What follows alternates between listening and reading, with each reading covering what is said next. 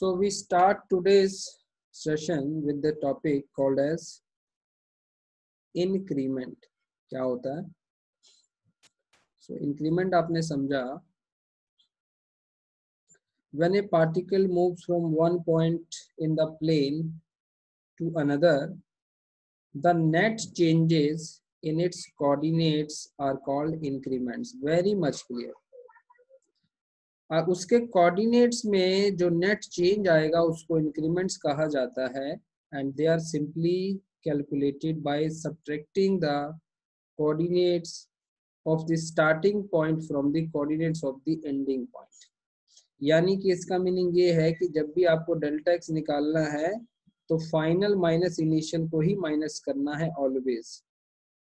ठीक है, ऐसे ही डेल्टा वाई निकालना है तो फाइनल कोऑर्डिनेट्स जहां पे शिफ्टिंग हुई है with the initial coordinate.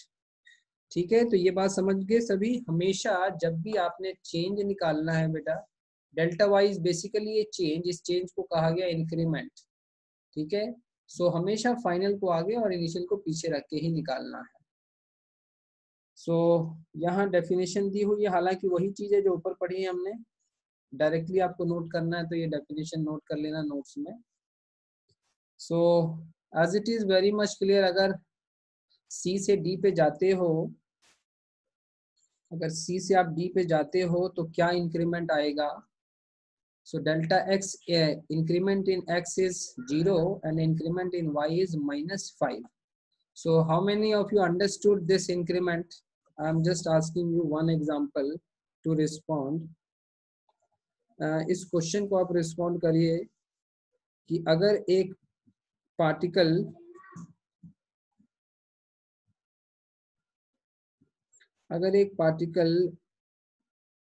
Suppose 2,5 से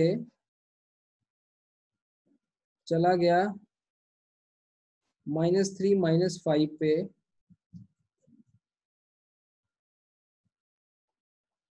find increment.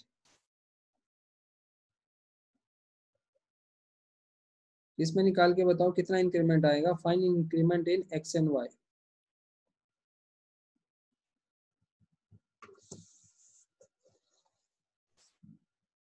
Write your response in chat box.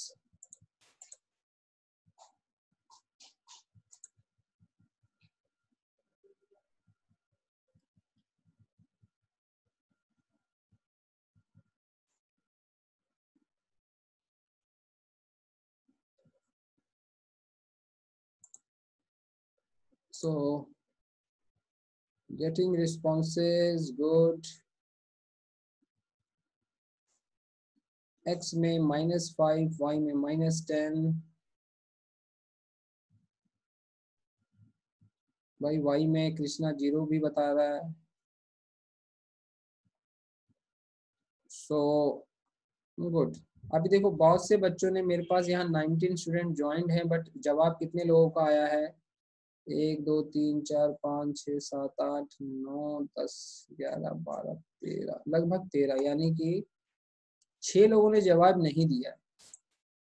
Either they have not understood that increment concept, या फिर वो इनएक्टिव है। बेटा इनएक्टिव रहोगे तो नहीं सीख पाओगे अच्छे से, नहीं सीखोगे तो पीछे रह जाओगे। Very simple. आपके फ्रेंड आपसे आगे निकल जाएंगे, भाई उनके साथ बराबर तो चलिए आप। और बराबर कैसे चलना है? You have to respond with them. ठीक है, रूपा ने रिस्पॉन्ड नहीं किया, तियाशा ने नहीं किया। तियाशा तुम पीछे हो रही हो और तुम मान नहीं रही हो, या तो तुम्हें टेंशन नहीं हो रही इस बात की, या तुम्हें लगता है कि हाँ तियाशा, तियाशा एक मिनट अनम्यूट करता हूँ मैं। तियाशा yes, बात करो बेटा। Why you have not responded for this question?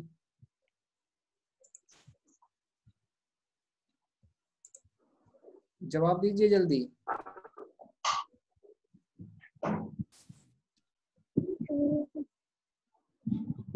बोल नहीं रही बेटा। इस तरीके से पीछे चली जाओगी। कितनी बार तुम्हें हम बताएं ये चीज को? साथ में बराबर चलना होता है। और तुम तो आगे चलने वाली वाले बच्चों में थी, पीछे कैसे रह जा रही हो? हाँ, सारे बैकलॉग्स तुम्हारे क्लियर नहीं हुए हैं याशा? कुछ पीछे हो गए। सब हो गए तो बेटा बराबर चलो ना। You are all capable of beating all these people. Samiksha, Rupali, ये अनमोल, भाव्या, दिव्यांशी, इरशाद, इन सबको पता आप कितने तगड़ा कंपटीशन दे सकते हो। Why going back? I am surprised. Science लेना है तो कॉम्पिटिटिव होना पड़ेगा बेटा। कॉम्पिटिटिव मेक्स ए एनवायरनमेंट जिसमें आप ज्यादा बेटर सीख सकते हो। बिना बिना कॉम्पिटिटिव के तो आप डल हो जाओगे, डलनेस आ जाएगी। How many of you agree? How many of you agree with this statement? Without competition you become डल।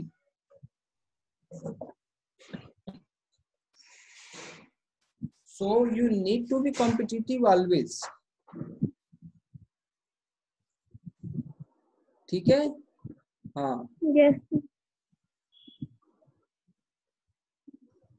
चलिए अब आगे बढ़ते हैं। इंक्रीमेंट को हम समझ गए हैं। इंक्रीमेंट सिंपल आप निकाल सकते थे, फाइनल माइनस इनिशियल। फाइनल जैसे क्वेश्चन में कहा गया ना कि ए से बी जाना है, यानी क्वेश्चन में ये बताया जाएगा कि ए से बी जा रही है पार्टिकल, तो फाइनली वी हैव ए -3 -2 यानी कि -5 इंक्रीमेंट हुआ एक्स के अंदर, वाई के अंदर। y के अंदर -5 -5 -10 का हुआ, तो ये आंसर है आपके। Mostly of you are correct, so you understood the concept of increment. Coming to, देखो ग्राफ भी हमने बहुत बनाए हैं। आई एम जस्ट, इसको मैं छुपा देता हूँ एक बार। Anyone can give me definition of graph? Raise your hand first, who can answer for the definition of graph? Interesting question, क्योंकि ग्राफ हमने इतने सारे बनाए हैं। अगर कहा जाए कि ग्राफ क्या होता है, डेफिनेशन क्या होता है, डिफाइन करिए ग्राफ को, उसको कहते हैं डेफिनेशन। डेफिनेशन जरूरी नहीं है कि आप स्टैंडर्ड डेफिनेशन ही बताओ, आप मिलती जुलती बता सकते हो जिससे क्लियर हो जाए, कुछ समझ आ जाए उसके बारे में, उसको हम डेफिनेशन कहते हैं। तो भाई 3 लोग आंसर करना चाह रहे हैं। समीक्षा, यू फर्स्ट।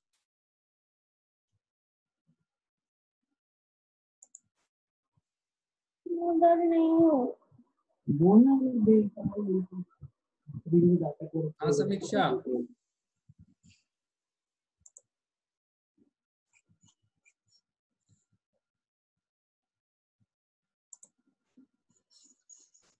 समीक्षा बोलिए। सर, ग्राफ में हम जैसे ग्राफ वो होता है जिसमें हम एक्सेस में कोऑर्डिनेट्स की रिप्रेजेंटेशन करते हैं। किसी भी पॉइंट को हम रिप्रेजेंट करने के लिए कोई भी एक तरह से वो एक डायग्राम है जो वेरिएबल क्वांटिटीज के बीच में एक रिलेशन बता देता है हमें, जिससे हमें पता चल जाता है, वैल्यूज हम उससे इजीली निकाल सकते हैं। चलिए आपको सुना हमने। Anmol, your turn. What is graph?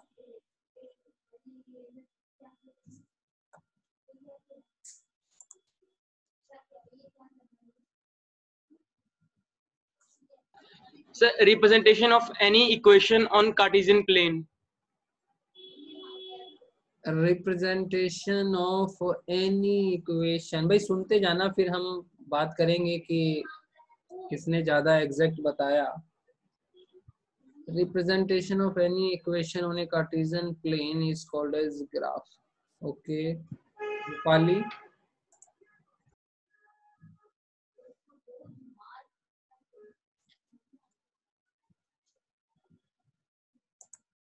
Rupali,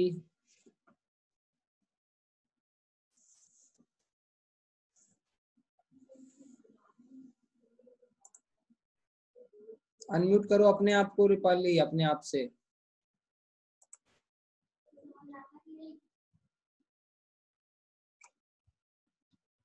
नहीं हो रहा। दिव्यांशी, आप बताइए।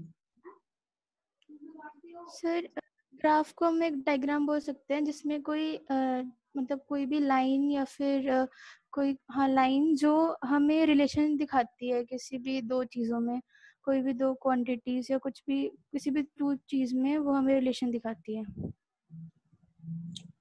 चलिए अब देखो मैं आपके सामने ग्राफ की डेफिनेशन दे रहा हूँ एंड यू विल सी कि स्टैंडर्ड डेफिनेशन क्या है ग्राफ की, ये रही हमारे सामने। The graph of an equation or inequality involving the variables x and y is the set of all points, यहाँ ध्यान देना, यहाँ से शुरू होती है डेफिनेशन, is से, is the set of all points pxy whose coordinates satisfy the equation or inequality। समझे बात को? देखो क्लियर क्या है? Graph of an equation involving variable, देखो ग्राफ बनाने के लिए आपको वेरिएबल चाहिए होंगे एक्स और वाई, दो वेरिएबल चाहिए होंगे।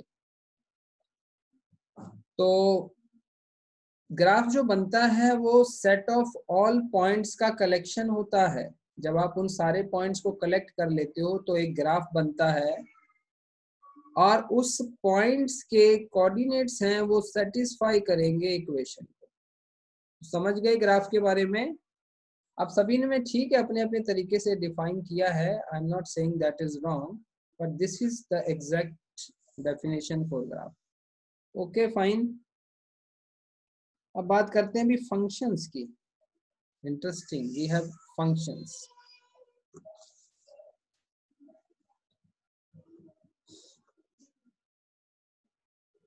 So functions are the major tools for describing a real world in mathematical terms.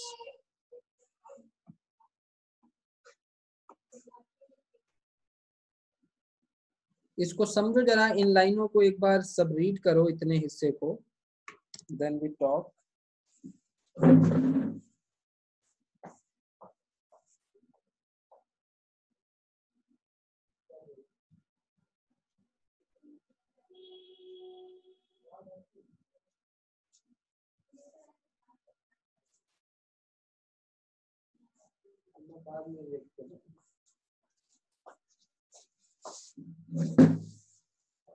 बेटा देखो फंक्शंस की बहुत ही बढ़िया डेफिनेशन है हमारे पास। Functions are the major tools for describing the real world in mathematical terms.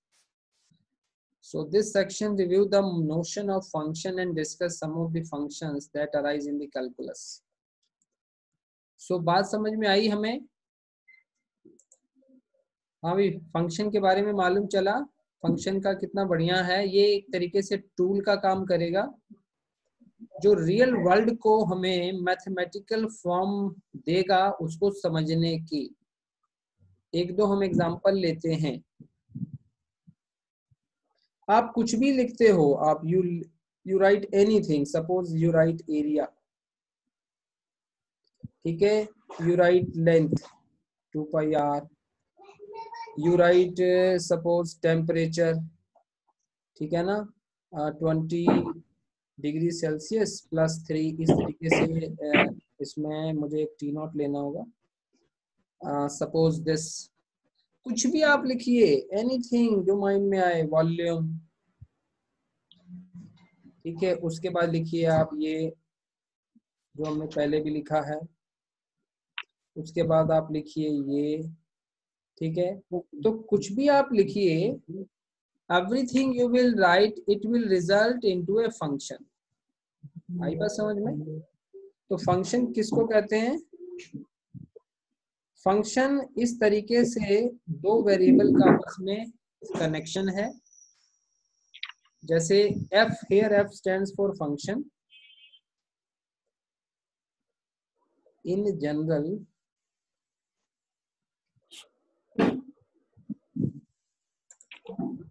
इसको बहुत ध्यान से समझना, आज की क्लास को बहुत बड़ा चेंज लेके आएगी ये। In general how you represent a function, इस तरीके से f stands for function symbol, और ये जो लोकेशन है, अगर आप कहते हैं y equal to f x है, तो यहाँ पर जो भी आप लिखेंगे उसका वेरिएबल अंदर x ही रहेगा, ठीक है। जैसे इस सिचुएशन के लिए आपको यही ऑप्शन है आपके पास, या फिर ये ऑप्शन है आपके पास, ठीक है, या फिर ये ऑप्शन है आपके पास।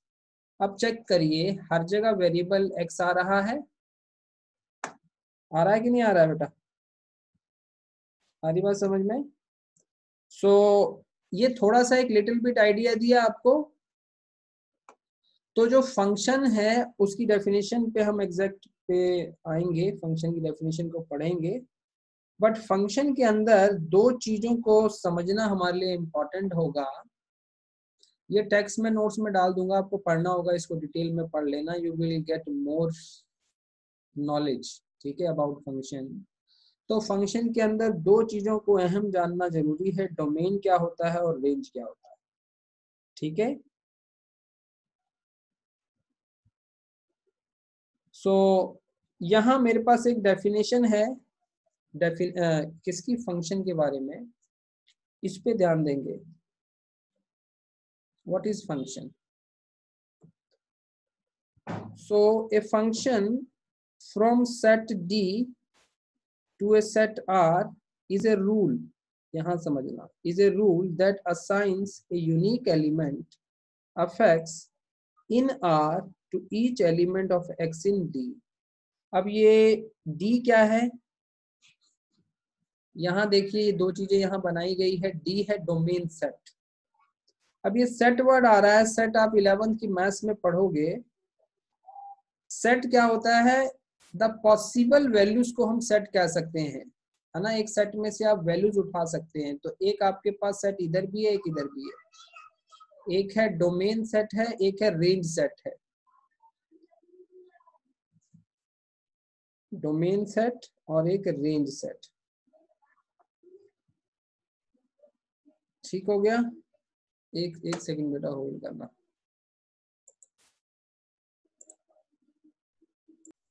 हाँ जी, तो दो सेट है हमारे पास, यहाँ से हम वैल्यूज असाइन कर सकते हैं। सेट क्या होता है, वैल्यूज, वहां से हम वैल्यूज असाइन कर सकते हैं, और एक है रेंज। तो अब जरा इसको ध्यान में रख के दोबारा डेफिनेशन को देखते हैं। A function from set D to a set R is a rule, ध्यान देना, मेन। हम सेट को मेनली क्या मान रहे हैं, एक रूल मान रहे हैं। Everyone got this point? Set हम फंक्शन को क्या मान रहे हैं, रूल मान रहे हैं।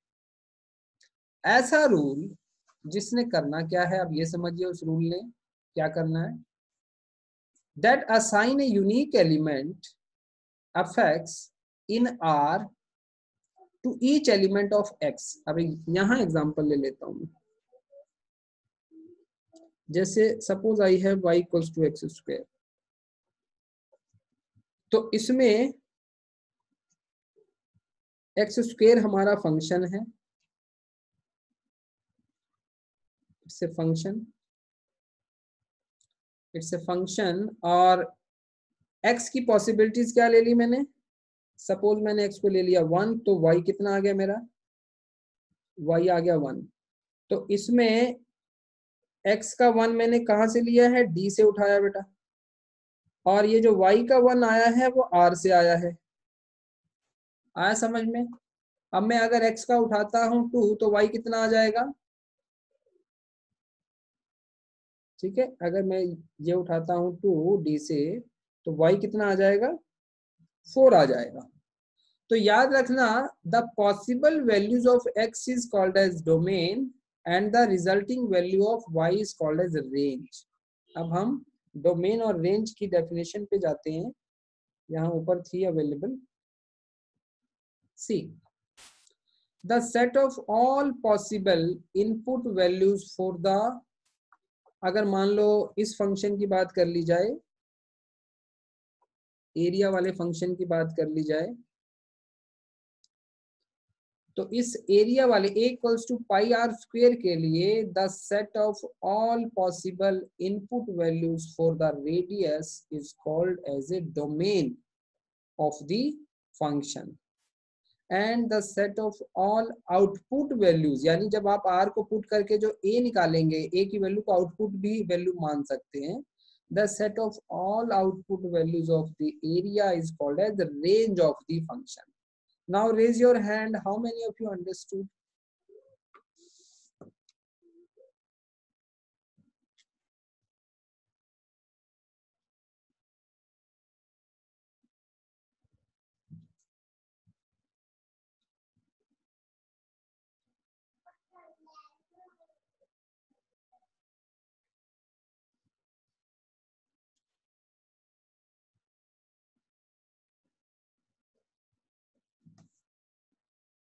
ओके, अब देखो एक और एग्जांपल यहाँ पे अच्छी आ रही है कि जब आप एरिया ऑफ सर्कल की बात करते हैं तो एरिया ऑफ सर्कल यानी कि इस फंक्शन का अगर मैं आपसे पूछूं कि डोमेन क्या हो सकता है, tell me the domain and the range. Domain of area function, range of area function. ठीक है बेटा, तो डोमेन की डेफिनेशन में क्या कहा हमने, the set of possible values of the variable. तो आपको r की पॉसिबल वैल्यूज बतानी है.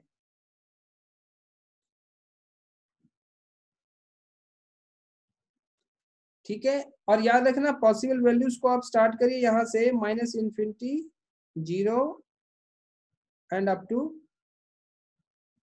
+∞.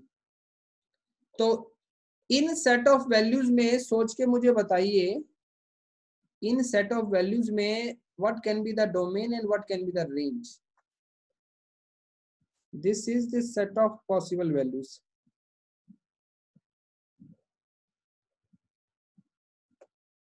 So now I think I get few answers.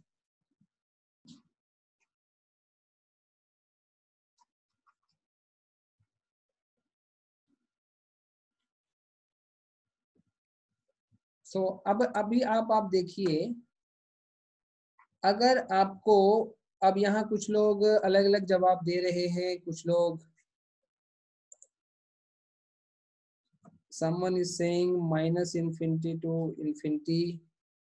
भाई किसके लिए ये बता रहे हो, डोमेन या रेंज? आपको ये भी सुहेल साथ में लिखना है. रूपा ने कहा डोमेन रियल नंबर है, समीक्षा ने कहा -∞ से range 0 to ∞. So domain is this, range is 0 to ∞. But remember, आप मानेंगे for a circle to be defined, what should be the condition over the radius? Circle को डिफाइन करने के लिए क्या कंडीशन रेडियस पे लगाई जा सकती है? Radius is a non negative value. How many of you agree?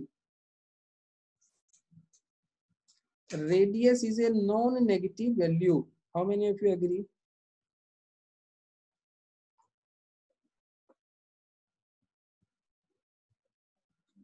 ठीक है बेटा. सो रेडियस, अगर सर्कल बनाना है तो रेडियस को नॉन नेगेटिव वैल्यू होना पड़ेगा ना. इसका मीनिंग ये बना कि डोमेन 0 से -∞ के बीच में नहीं हो सकता. एग्री? तो डोमेन की पॉसिबिलिटीज क्या आएंगी? 0 से ∞. अब ये सिंबल देखना, मैंने कुछ अलग टाइप से सिंबल यूज किए हैं. यहाँ एक ब्रैकेट लगाया है, स्क्वायर ब्रैकेट है ना, ये एक नॉर्मल ब्रैकेट जो आप यूज करते हैं. अब देखो इन दोनों ब्रैकेट में ना फर्क है, इसे कहते हैं इंटरवल. पहले तो इस कंप्लीट पोर्शन को क्या नाम दिया जाता है? इस पूरे सेक्शन को कहेंगे हम इंटरवल. ठीक है, and interval is of the two types. इसको एज ए नोट आप नोट करिए. इंटरवल दो टाइप से लिखे जाते हैं, close interval and open interval. तो आगे जाके इन चीजों की जरूरत पड़ने वाली थी हमें, तो इसलिए आज इसको समझाना हमने बेहतर समझा। क्लोज इंटरवल आप कैसे लिखते हो? Suppose you have righted something 2 4, ठीक है। इसका मतलब ये है कि ये 2 से 4 के बीच में दोनों वैल्यूज इंक्लूडेड है। 2 भी इंक्लूड करना है, 4 भी इंक्लूड करना है। जब ये वाली ब्रैकेट रहेगी इस तरीके की, तो आपको 2 को इंक्लूड करना है। Getting my point? 4 is also included. But if I put like this 2 से 4, तो ये not included आएगा,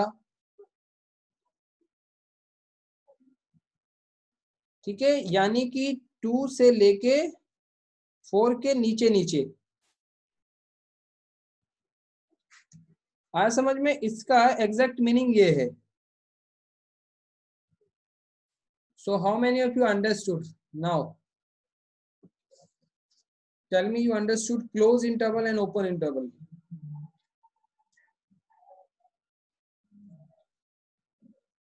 So ये जो ब्रैकेट है ये वाली, this is used for closed interval, and this bracket is used as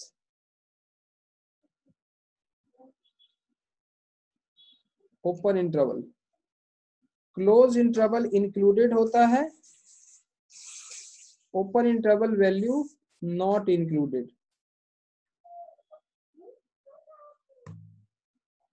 so with this,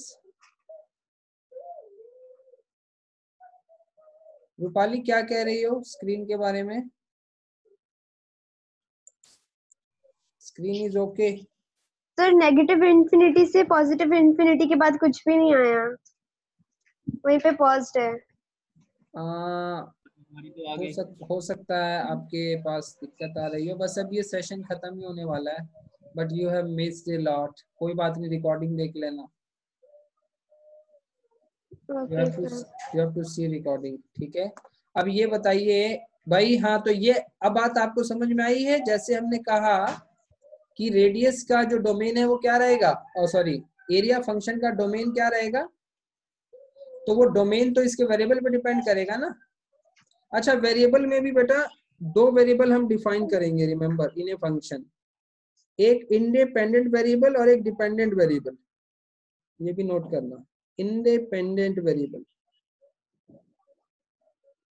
और ये क्या है, डिपेंडेंट वेरिएबल। ऑब्वियस सी बात है कि आर जो है वो ए पे नहीं डिपेंड करता, बट एरिया की वैल्यू आर पे जरूर डिपेंड करती है। इसलिए ए को कहेंगे डिपेंडेंट वेरिएबल और आर को कहेंगे इंडिपेंडेंट वेरिएबल। समझ गए? इसी चीज को अगर वाई एफ एक्स में अगर समझाएं आपको, तो इसमें कौन सा होगा इंडिपेंडेंट और कौन सा होगा डिपेंडेंट, बता सकते हो? जल्दी बताओ।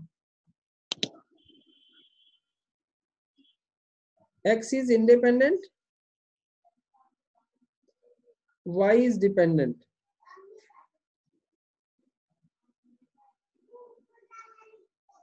समझ गए बेटा? So now finally the possible values of R हो गई 0 से इंफिनिटी, और रेंज क्या रहेगी? रेंज का मैं वो बता रहा हूँ सेट आपको, ये रेंज भी रहेगी इसकी 0 से इंफिनिटी के बीच में। और याद रखना, इन्फिनिटी पे मैंने ओपन इंटरवल रखा है क्योंकि इन्फिनिटी रियलिटी में नहीं होती। Okay everyone, so with this we close this session, और आप नेक्स्ट मीटिंग को ज्वाइन करिए। We are ending the time in this meeting.